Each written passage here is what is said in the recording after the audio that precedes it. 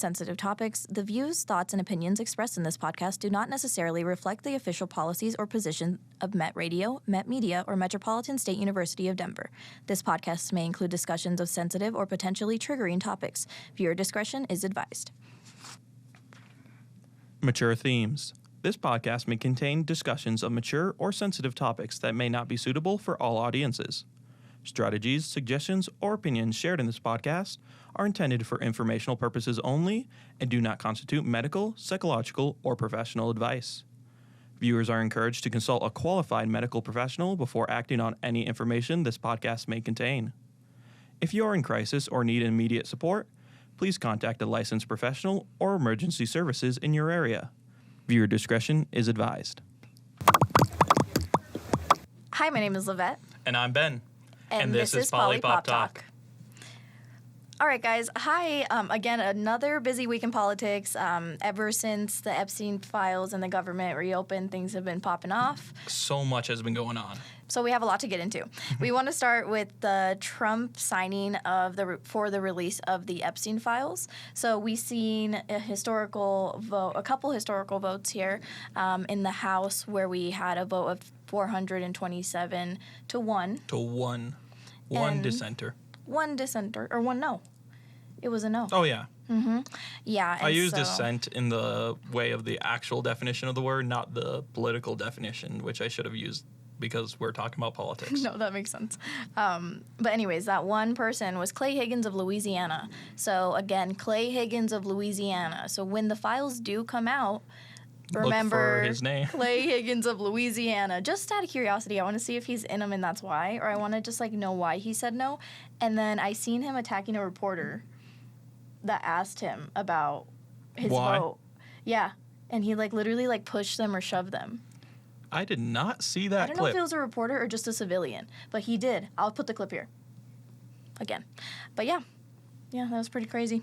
Do you want to get into? Now that it's passed the House, it went to the Senate, and it was passed unanimously, which means everybody voted for it. But now it goes to the Attorney General? Yes. And with the Attorney General, they have 30 days to release it.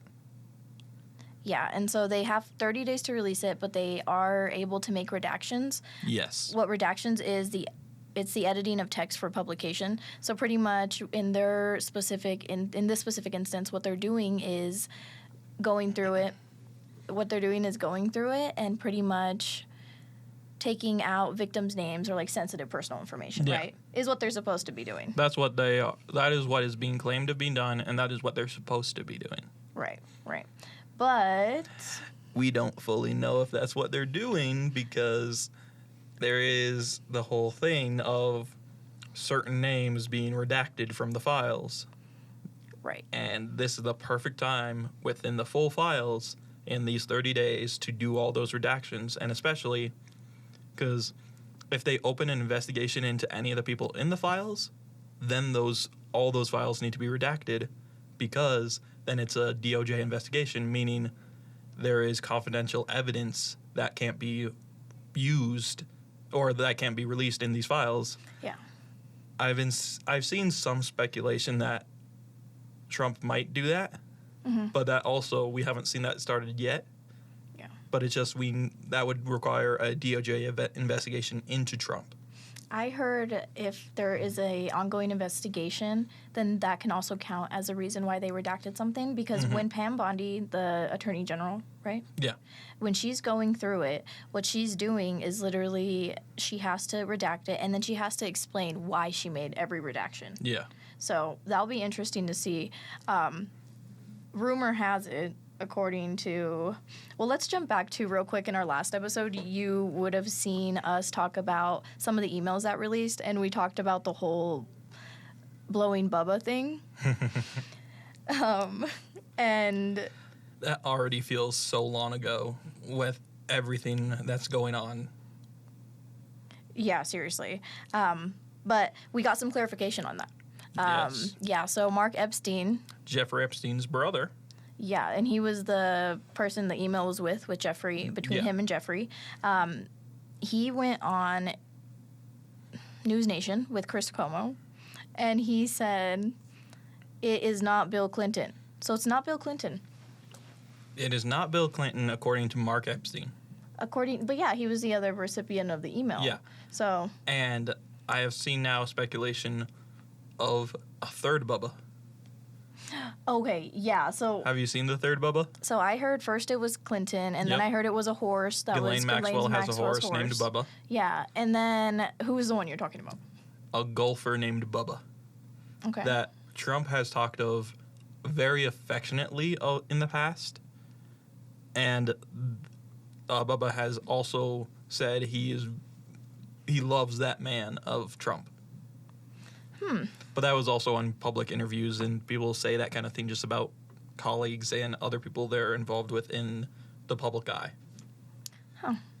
Okay, well, I guess we'll see who it ends up being once we get more of the files. But I think it's so crazy.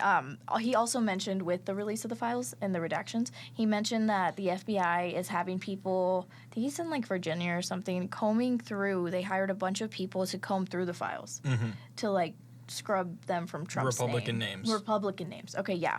And so that was just kind of crazy. And then he ends this crazy phone call with saying, and Jeffrey didn't kill himself. And I'm like, yep. Oh, okay.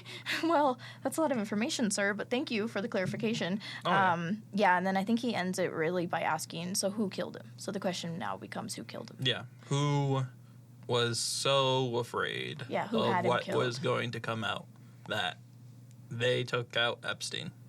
Exactly. And that takes us to our next point, which is the missing minute. Oh, yes, the missing minute. Yeah. It is the most clear-cut evidence in my mind of him not killing himself. Because if you don't know, the missing minute is the security footage of the prison where Jeffrey Epstein was being held when he allegedly killed himself, according to the official autopsy report. But during that minute, when he killed himself, the security tapes magically just didn't record.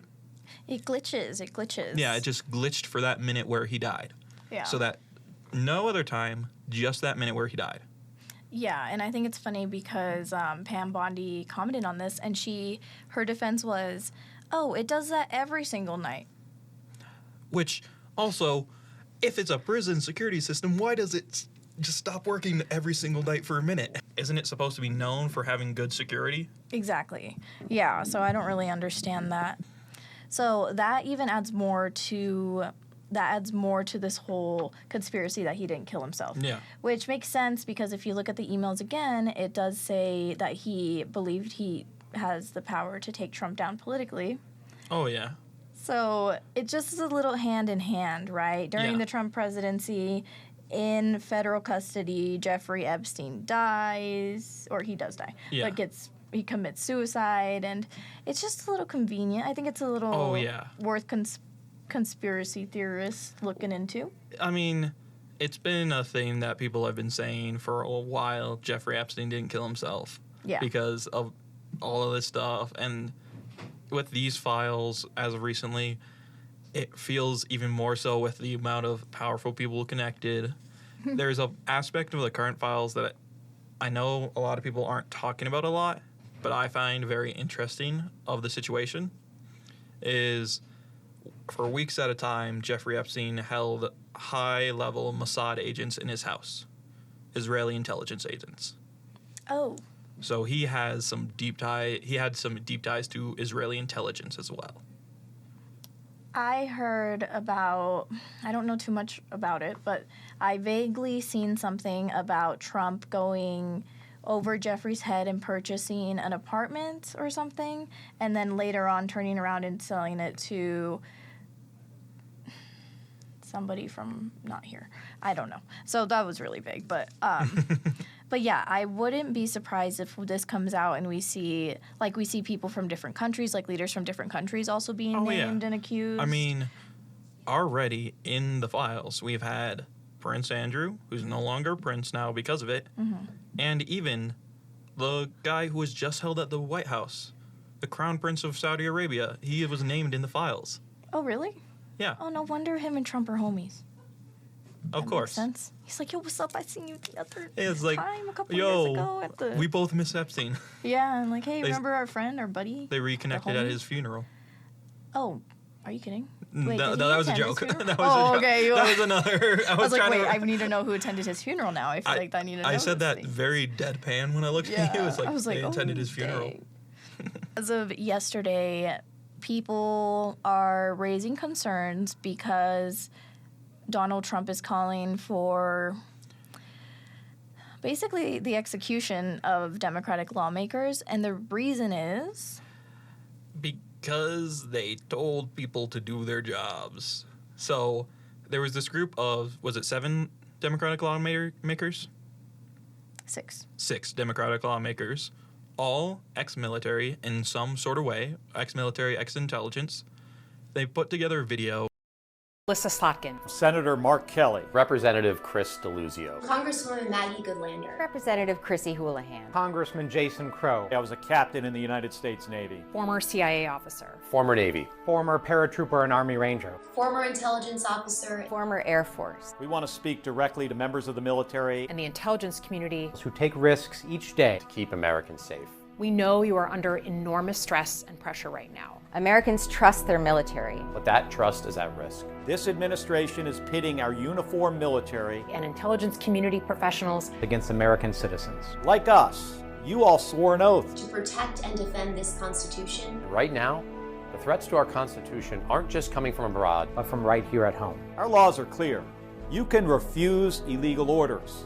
You can refuse illegal orders. you must refuse illegal orders. No one has to carry out orders that violate the law. Or our Constitution. We know this is hard and that it's a difficult time to be a public servant. But whether you're serving in the CIA, In the Army, Our Navy, The Air Force. your vigilance is critical. and know that we have your back.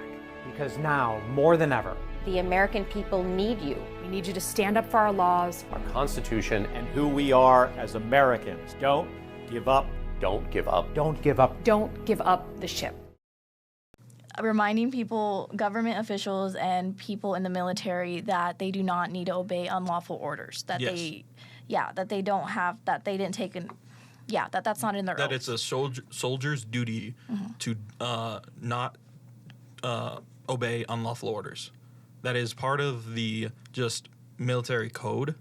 It's part of the big thing. One of the big things I learned growing up about our military is if there's an unlawful order, it's a big thing that our military is like, you're allowed to disobey orders if it's unlawful.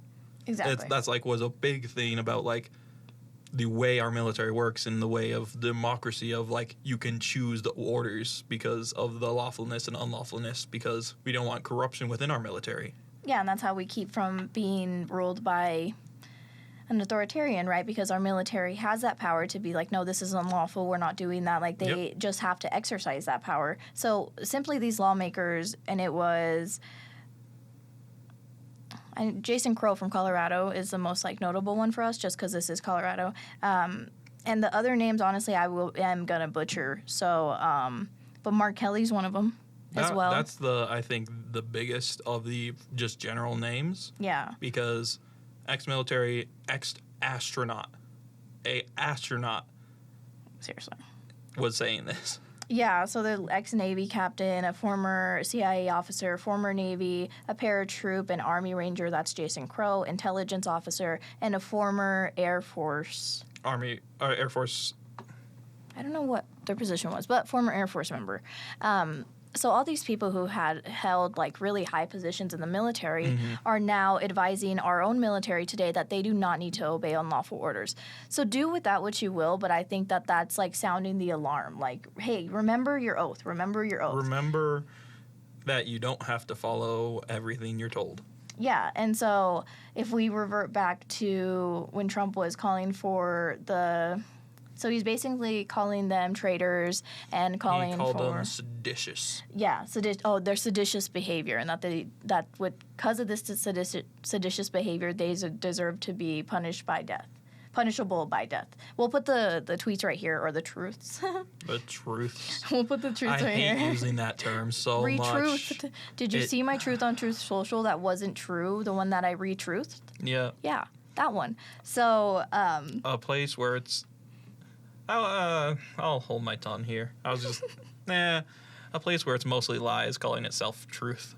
No, literally, the irony of it's really funny. So It's actually ironic. kind of a good joke. It's a good joke, to be honest. Yeah, I mean, Yeah. it makes me laugh with how ridiculous it is. Oh, yeah, and the content's like, wow, that's exactly what you would expect that to be. But with that being said, he called them traitors, called for them to be basically punished by death, and then we had to sign up for Truth Social to look at these posts, right? Oh, yeah. So the funny part about it is that when you get on Truth Social, it automatically follows certain people. Automatically. And I'll give you one kind of guess on what kind of people that is. Republicans. Yeah, Republicans. definitely. Yeah, It Republicans. is- It's Pam Bondi. It's Donald Trump himself. It's J.D. Vance. It's... Carolyn Levitt. Yep. It is. I hate how you say it like my name. It's not that. It's Levitt. It's because I say your name I so know. much. Don't do that. Do not associate those two Carolyn things. I'm Levitt. embarrassed. Okay. Christy Noem is one of them. Yeah, Christy Noem. I don't know who Dan Scavino is, but I've heard of his name, but I don't know exactly who it is. Like Republican senators. Yeah, Pete Hegseth. Yep. You know, people of that nature. So The inner circle kind of people. yeah. So these tweets, then Caroline Levitt was was asked about them and in a press conference, and she said that it's because they're violating their oath. So we're gonna try to find the oath and like put it in post here, but we do kind of watch when people are getting sworn into office plenty of times, and we actually know that the oath is to the Constitution, It is not to politicians. not to a party. It is to the Constitution and to uphold justice and democracy. Exactly. So they're violating their oath by reminding people that they don't need to carry out unlawful actions because of unlawful orders. Yeah. So kind of crazy. And it like part of the oath is like to maintain like the code of the military or something along that lines, and that falls perfectly within calling for them not to follow unlawful orders because that's part of the military code. It's part of the essential thing, one of the main essential parts of our military. Yeah, and it can't get more obvious that they just don't Google it. Yeah, they don't. They have access Like, to what all of does the the like oath that I original took documents, but in they can't January even say? Google it. Yeah. What does the oath that I took in January say? I forgot. I honestly feel like that's like What does the oath in that's like televised Pete Hegseth, nationally like say? search history is just like, what is the job I just got? What am I supposed to do? What does a director of the The Department of FBI. War say? Wait, Oh no, he's the Department of War. FBI Yeah, director Pete is Hegseth. different. is Cash Patel. Yeah, they're in the same category in my mind of people. Just uber violent guys who are obsessed with the military but never actually really have done anything. Did you see him doing pull-ups? And then did you see... He does CrossFit pull-ups. Pete Hegseth does CrossFit pull-ups, and I'm not afraid to say it. the transgender activist? She put like a video of Pete Hegseth doing his pull-ups, and then she did some, and it was just so funny because her form was just like a million times better. I feel like my favorite drag queen is going to do the same thing, Patagonia. She is a very political one. I think that was her. 50 pull-ups, 100 push-ups. It was President Trump. Hi, Pete Hegseth. Patagonia here. While you're busy trying to take away the rights of queer people, I'm over here advocating for the rights of all people, including my right to do better pull-ups than you. Was it Patagonia? Yeah, it had to have been. Redhead, Oh. like she has a Yeah, red redhead. Yep. She does a lot of conservation work. She's actually a park ranger. Yeah, and she like spoke at a couple protests, and then Yeah. she led. Yeah, no, that's definitely her. So yeah. Yeah, Patagonia. Yeah. So Shout out to Patagonia. I love her. Yep, that's what she did, and I thought that was a really funny video. We can talk about Donald Trump and his little insult to the journalist. His little outburst. Yeah. If you haven't seen the video, it's insane. A journalist from Bloomberg News on Air Force One asked about what the Epstein files meant, or what Epstein meant in the emails when he said Trump knew about the girls. And then, in response, Trump leaned in, pointed his finger, and went, "Quiet, piggy," to the reporter. Yeah, literally, the president of the United States. President of the United States to a career journalist at a well-established news org went quiet piggy. And you know, just like a lot of misogynistic men or like conservative men or like just not great men are like, oh yeah, she deserved that because why is she speaking out of turn? Why is she saying things like that? You just know somewhere out there his supporters are like, yeah, that's so good, like praising him for this behavior. Well, just the same way they praised him for the previous behavior, for the Hollywood access tape, for all these things that he's done in the past. Multiple people online claiming it was Peggy and the person's name was Peggy, but the journalist's name is also not Peggy at all. So it's just, I think it's Catherine. I'm not exactly sure. I couldn't find the full name of the journalist when I was doing my research, but the name I saw, I believe it was on a BBC article about this, was Catherine. Okay, yeah. And then, so she even, like, okay, so this was like her follow-up question. The first question she had asked about was, wait, no, that was the question that he answered. And then he answered the... Yeah. Oh, shoot. And then he I said the wrong one. No, that's okay. So he answers that question, and then he deflects to... He says, like, J.P. Morgan Chase, Larry Summers, Bill Clinton are in the files, and we should be focusing on that. So it's just kind of crazy how he just, like, deflected from that. And then she follows up with, is there any incriminating... Details in the files. Yeah, and that's when he says quiet piggy, because how dare you ask me the truth for the truth, which is yes or no or maybe or probably or don't you read the emails or whatever he wanted to respond besides quiet piggy. Would have been great. But like literally any response would have been better than that. Definitely, yeah. So and then he like emphasizes how bad his relationship with Epstein was. Like, why do you have to continuously be like, I hated this guy so much? He's like, but people know. You are so often depicted together and so much evidence of you being close. Yeah, like, oh yeah, we had a bad relationship, he's a bad guy, like, but I know we spent like holidays together and I went to multiple parties with him and we were like really, really close friends in the 80s and 90s and things, but super not my friend. Yep. Like, okay, frenemy, whatever. Insane. Yeah.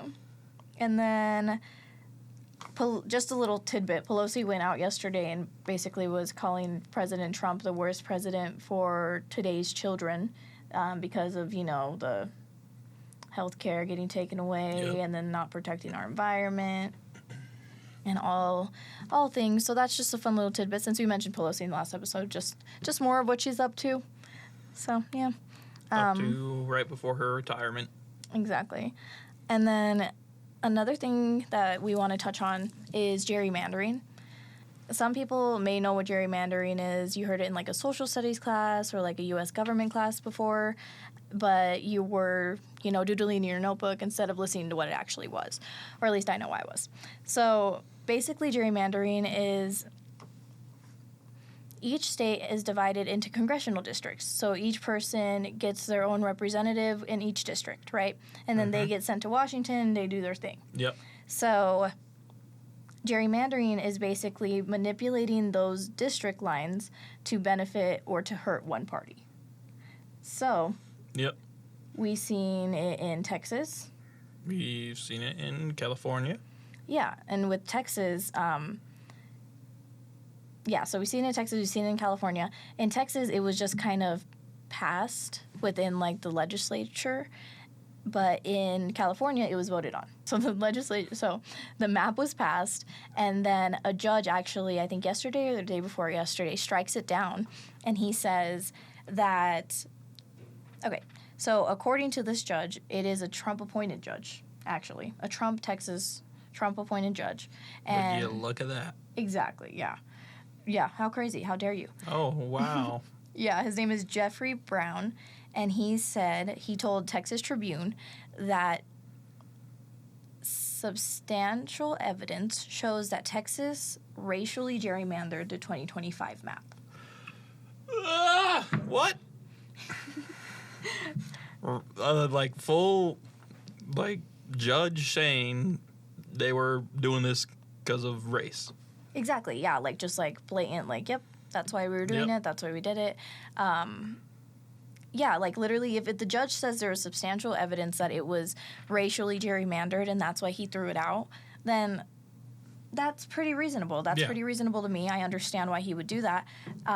But then people started to think, like, what about California's? Well, because California's was voted on rather than just, like, pushed through the legislature. So I don't know if another judge will try to, like, strike down California's. Well, that's the thing. The purpose behind it. Because I don't think there's any way they can fully claim the California one has anything to do with race. Exactly, because it probably doesn't. It probably doesn't. It's not, and if it does, it's probably not as obvious, right? Or, like, not as bad. Like, it has to be pretty bad for a judge to be like, you know what? You actually can't use that map. That's, like, super, super obvious that that's gerrymandered, like, a lot. Oh, yeah. Like a judge more being than like, it already is. A Trump-appointed judge being like, this looks so bad that this looks so racist, we have to not do it. Yeah, it's like, this in is a little too Texas. far. Yeah, like, come on. That is so wild. But, yeah, for people who don't know who gerrymandering is, like I said, you get your own congressional member per district. You can actually look that up if you're in Colorado. You can look that up on the Secretary of State's website, and it'll tell you, like, what House district you're in. It'll tell you what congressional district you're in. It'll tell you your county commissioners, all those things, like all those tiny things that you don't really know the details of off the top of your head all the time. So you can learn that. And then your voter registration, you could check on it there too. I can put the link in the bio just to help y'all out. But yeah, so gerrymandering, basically, if you know a certain area is going to vote Democrat and say the government's led by Republicans, the Republicans would take that as an opportunity to make it so that the results, so that specific Democratic area is so divided that the results wouldn't turn out to be Democrat. Say you have a just city and one half is all Democrats and the other half is all Republicans. Gerrymandering is, instead of having like four districts, 2 Democrat, 2 Republicans, it's manipulating the line so that you have 4 districts, but all of them have a slight majority Republican, so they are Republican districts, meaning then they will constantly vote Republican, leading to a more Republican caucus. I said that word weird. Caucus. A more Republican majority? That's majority in the... Like results in being more Republicans. Yeah. More Republicans in the legislature. Exactly. Yeah. So that's always fun. So that's what's happening with gerrymandering. I haven't heard anything that's like to say that California's is being like reviewed or has been like called anything. But the only reason this happened and why it was so weird is because it's assumed that Trump told people in Texas to do this so that he can gain more seats because he seen how unpopular he was getting, like his approval ratings are down. And so he took that as an opportunity to be like, well, if we might lose some seats, then I need you guys to gerrymander the hell out of that map. Get us back those seats. Exactly. And then Gavin Newsom said, all right, bet. I'll do the same thing because did you forget California is huge and Democrat? So yeah, fighting fire with fire, which is about time. But, and then another reason why this is so important is because it happens every 10 years and correlates with the U.S. Census, which is basically something that calculates each state's population, and then it helps the federal government divide, like, public service money and, just basically money. Mm-hmm. So that happens every 10 years. Basically, gerrymandering should happen every 10 years, or not at all would be great, but happens every 10 years. And then so gerrymandering happens every 10 years because it correlates with the U.S. Census, but this year it's happening mid-year, which is why it became a problem. But yeah, that wraps up our politics section. So make sure you stick around because we're going to pop on over to pop culture. Yep, we'll see you there. See you there. All right, welcome to our pop culture section here on Poli-Pop Talk. Welcome to the craziness of this, because there is our whole podcast is just craziness, but that's true. Yeah, we cover a lot of big topics, but one topic that we seen yesterday was actually Megan Thee Stallion. Yep. So I didn't know this was happening, but I saw an article about this of Megan Thee Stallion leaving court for a civil lawsuit, crying, and this civil lawsuit is having to do with AI porn, deepfake porn. Oh yeah, yeah, of her. Deepfake is in general like AI based, but not like the way you usually think with the current AI stuff. It's a different style of AI and machine learning that does it. Oh, okay. Yeah, but it is still technically a lot of times AI that does it. I thought deepfake was just like really advanced fake stuff. It is, but it oftentimes is done with the use of AI and machine learning, but not in like the sense of like ChatGPT and Sora, but in the sense of like little AIs that people create to better mold people's faces onto other people's faces. So it's... Oh, okay. Wow. I shouldn't have said AI because it conflates it with what the AI is thought nowadays, but it's a version of an artificial intelligence or machine learning a lot of times within the creation of it. That is crazy. But that was just a little rant about the creation of deepfake porn. Yeah, what it means. But so, Megan Thee Stallion was at court for a civil lawsuit against vlogger, I need to get this name right, Milagro Grams. I'm probably saying that weird. I don't know. We'll think see. It's grams, no? Milagro Grams? Maybe. Maybe. Like Instagram, maybe.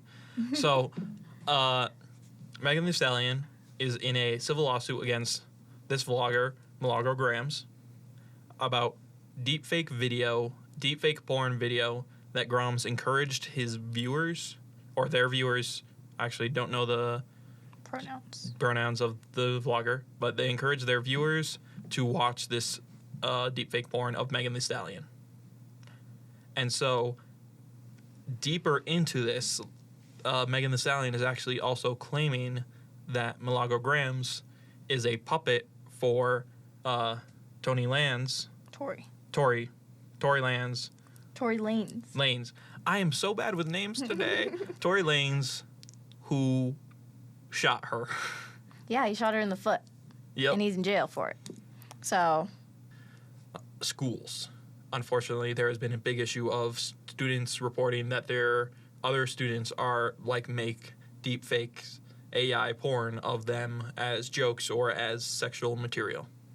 Oh my goodness, that is way more advanced bullying than I thought. Yeah, that is insane. Oh, imagine being a kid and that being the bullying. There was already bullying of people doing the grotesque thing of sharing people's nudes. But then this is a nude of you that you didn't even do yourself. So you haven't even seen this before, but it's also showcasing your naked body. So it's a violation. It is like a whole new layer and level to this horrific thing. Yeah, I can't believe that there's going to be no legislation passed for the advancement of AI for 10 years after 2027, starting in 2027. So it's just really concerning, right? But it's not politics. But either way, Megan Thee Stallion, I'm so sorry that's happening. I just couldn't imagine. Yeah. It is insane. I never went to school. I was homeschooled. I still don't think I for sure would not be able to survive current school. Yeah. I mean, school is fine. I don't know. I don't remember a lot. But yeah, I don't know. I think the bullying that I always seen was really frenemies, They always did that, and that's kind of how that happened. And I was just dang, people are crazy. But now I was wrong. They get worse. So, but yeah. If we move on to the next topic, which is the rapper David, if people have heard of that name, it's because a couple months ago he was really in the news. Yep. Yeah. Did we talk about it in an episode that came out? Not yet. So we haven't talked about it. Right, yeah, it's we haven't talked about it. So, Yeah, it's insane. Just a little backstory.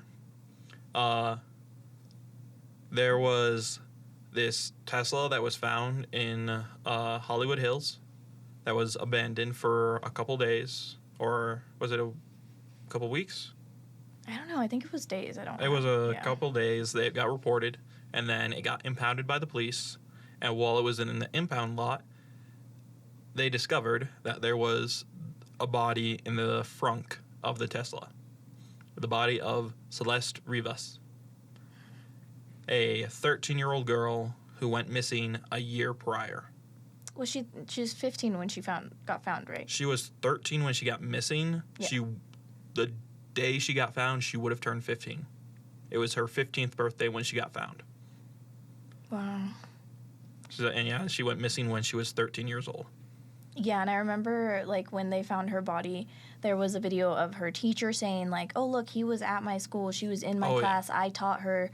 People were talking about her boyfriend, David, this rapper from L.A., and when she ran away, she came back and was telling people the story.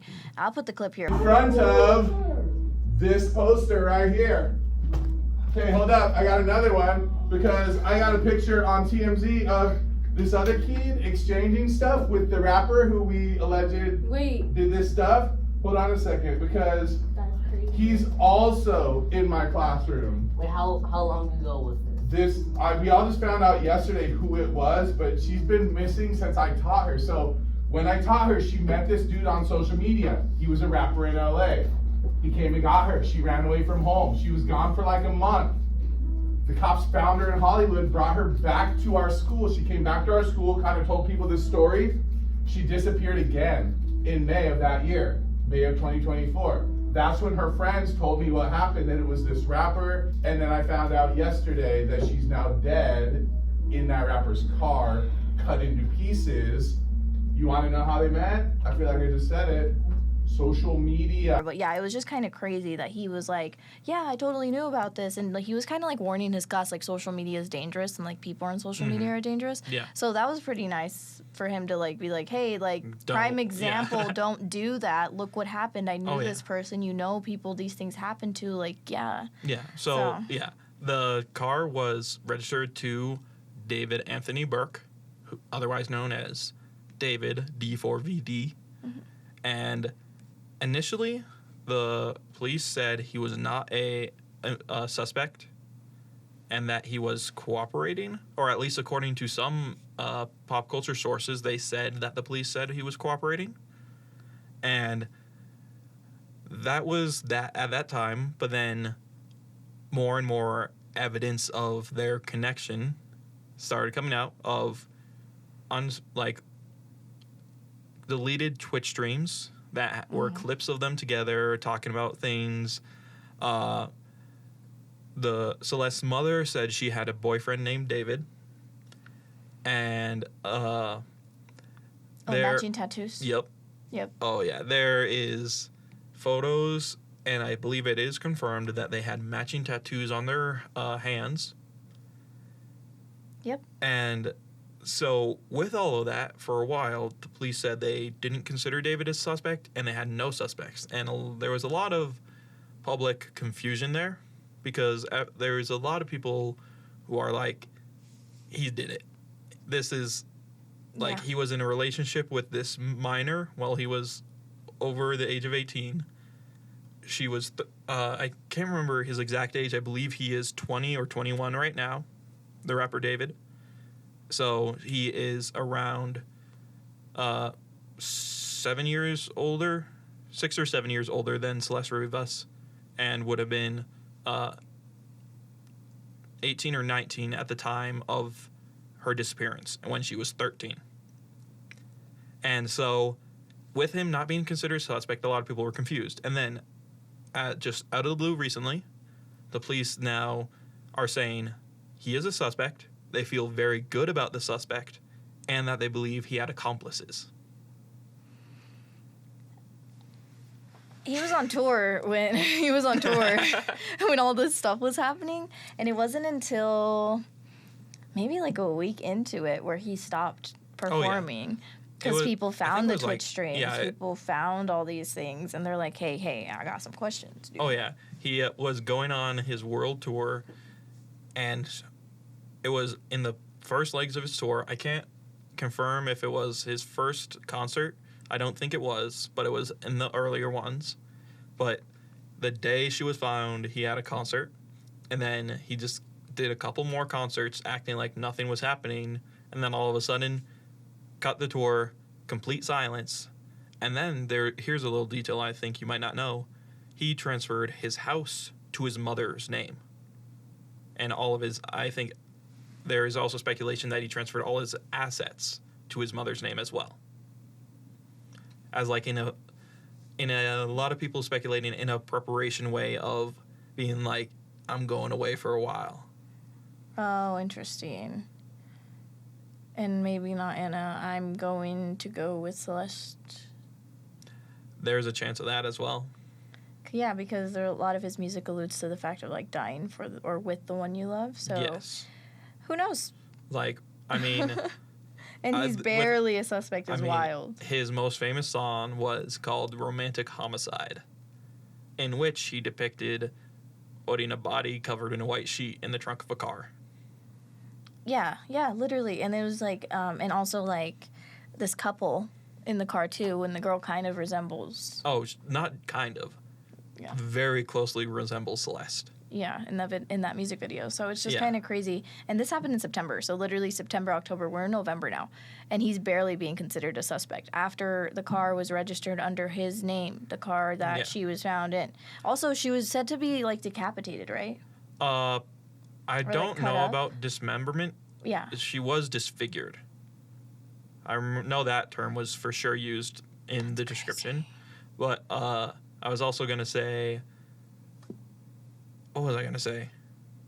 Oh, with the whole not considering him a suspect for a while, I've seen a good amount of people speculate online that was the cops using a tactic of, like, not saying he's a suspect as a way, like, being like, oh, we need to get more evidence before we can charge him, but we don't want him with all his resources and money fleeing the country or lawyering up, like, too much right now, so we won't consider him officially a suspect while we still investigate him.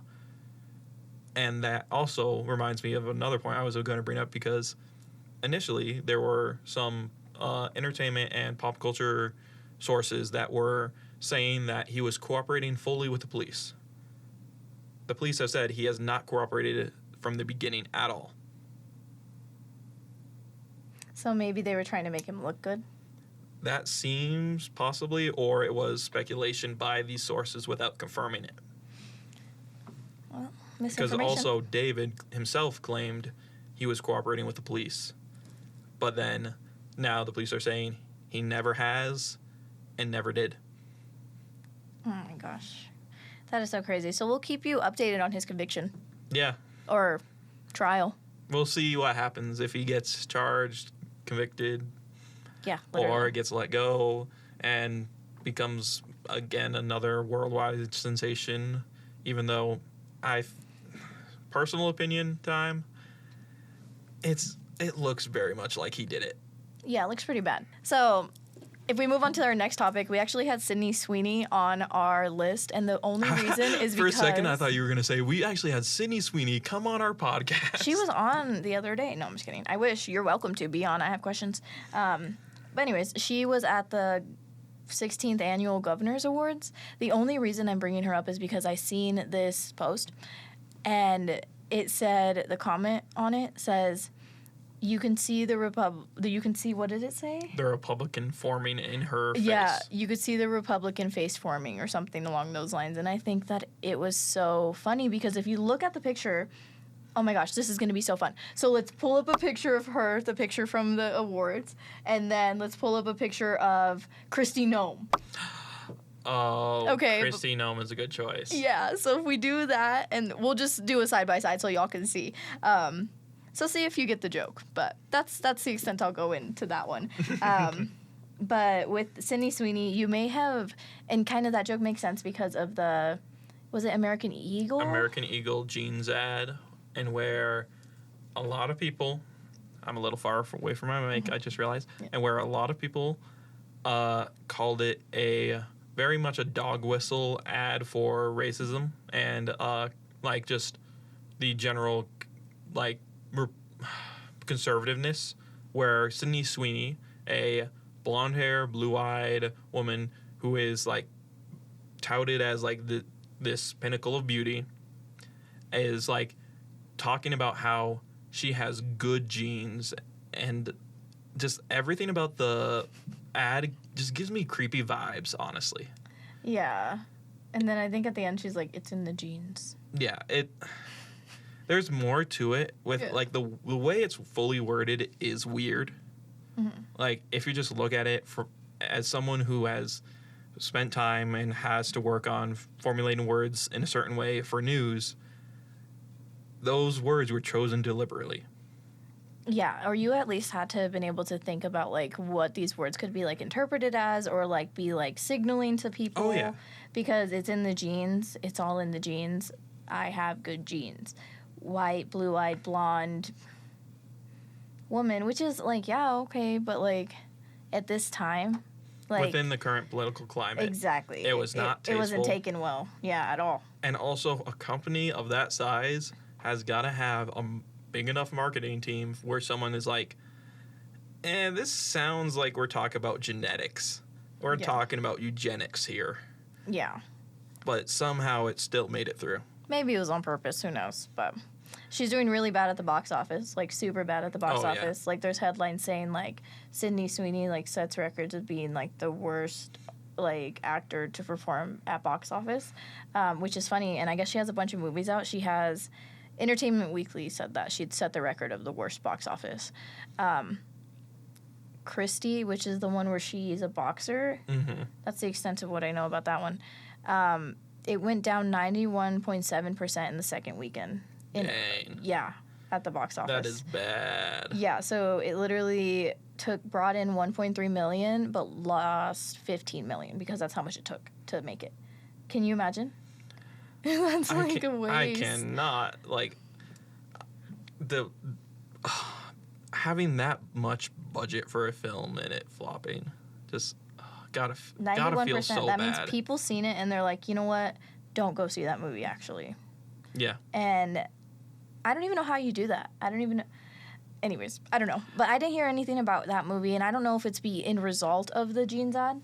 Maybe because people are like really mad at her and not supporting her. There's that. There's also been just stuff in general over time. Yeah. Of a lot of people speculating based on certain things that she is conservative and MAGA. Mm-hmm. This picture being one.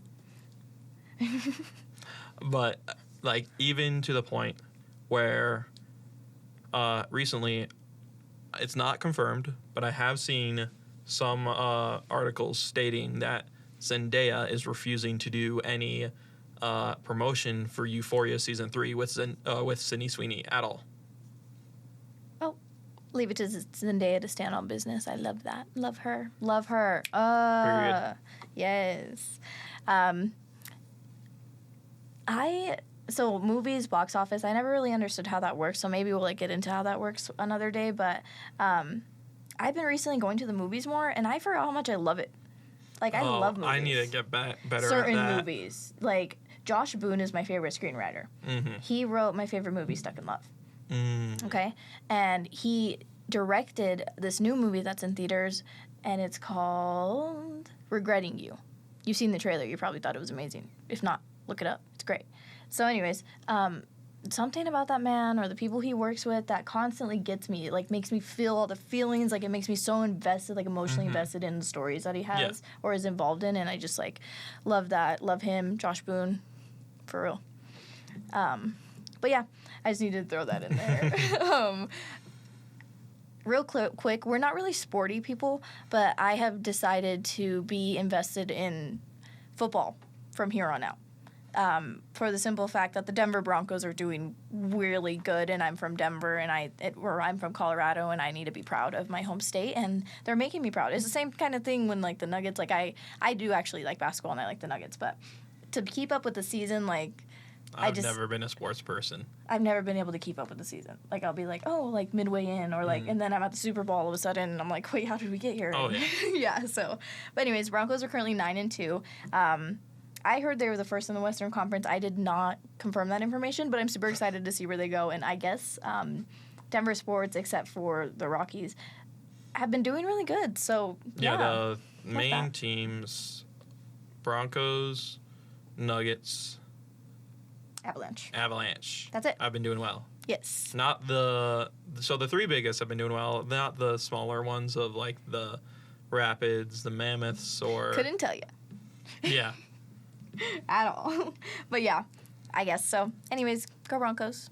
Keep going. Apparently they have a good chance of making it to the Super Bowl.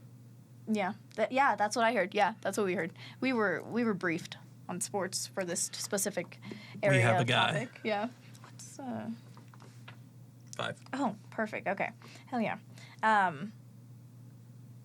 Okay. So we wanted, since we're close to Thanksgiving, we wanted to touch 1 week away. Literally 1 week. No, yesterday would have been 1 week. 6 days. Exactly. 6 days away from Thanksgiving. I love Thanksgiving for the sole fact that I get to see my family and eat a lot of food. I know there's like a lot of negative connotations with Thanksgiving historically and things like that, but I think you should be able to evolve things into your own positive thing. I mean, hopefully. As someone who did the annoying bit every year for a while of telling people, instead of Happy Thanksgiving, I would send a full page I wrote about the Pilgrims treatment of Indigenous people, being like, we should not celebrate this day. Exactly. I still do Thanksgiving with my family because, yes, there is horrible history tied to the holiday, but also all of our holidays nowadays have no real connection to their history. Mm-hmm. Like, I would say no major U.S. holiday has any connection to the actual true history of the holiday. We just are in our, I'll say it, uber capitalistic versions of these holidays, and that's what we're in now. So it's fine if people want to just enjoy the cheer and spirit of these holidays. Yeah. It's like, to me nowadays, it's no different than people loving the hell out of Halloween. A lot of people love Halloween so much. Yeah, but it has negative connotations religiously and stuff. Yeah. And to me, there's like nothing backing the holiday of Halloween nowadays. But it is something everyone loves, and well, not everyone, but a lot of people love and has a lot of fun time with. Yeah, no, definitely. People really do pop off for Halloween. Like I'm like, okay, cool. I like Gay little Christmas. spooky treats. It's called Gay Christmas. Oh, really? Because it's the biggest party time of the year for gay parties. And it's also, again, there's so many parties, they do a costume each time different. Most of the time, all slutty. Lovely. Yeah, no, especially, okay, when Halloween, I sound weird, hold up. Okay, yeah. So especially when Halloween, like, lands on a Friday, and it's Friday, Saturday, Sunday. Yes. And it's crazy. Oh, this year, it was worse. Yeah. It landed on a Thursday. So it was Thursday, Friday, Saturday, Sunday. I don't remember that Halloween week. Or was that this year? I can't remember that. I think it was Friday. Look. So maybe it was last year. I remember I was talking to someone about a Halloween where it was Thursday, and they were talking about how many gay parties they went to that weekend, and there was like 2 a day they went to. Oh my goodness. Wow. Yeah, so holidays are weird, but speaking of uber capitalistic, Black Friday literally was made for capitalism to prosper. So we wanted to talk about how you were saying that the sales aren't really sales. No. So there is a thing that some stores do where they beforehand jack up the prices of the items, and then for Black Friday reduce those prices down to the original price, and then sell it as a discount. So therefore there is no actual discount. Then there's also stores that just put tags on the prices that are the same exact thing, just yellow, showing like, ooh, it's on sale. Oh my goodness. And it's just, even the sales that are actual sales nowadays are so minuscule compared to what they used to be.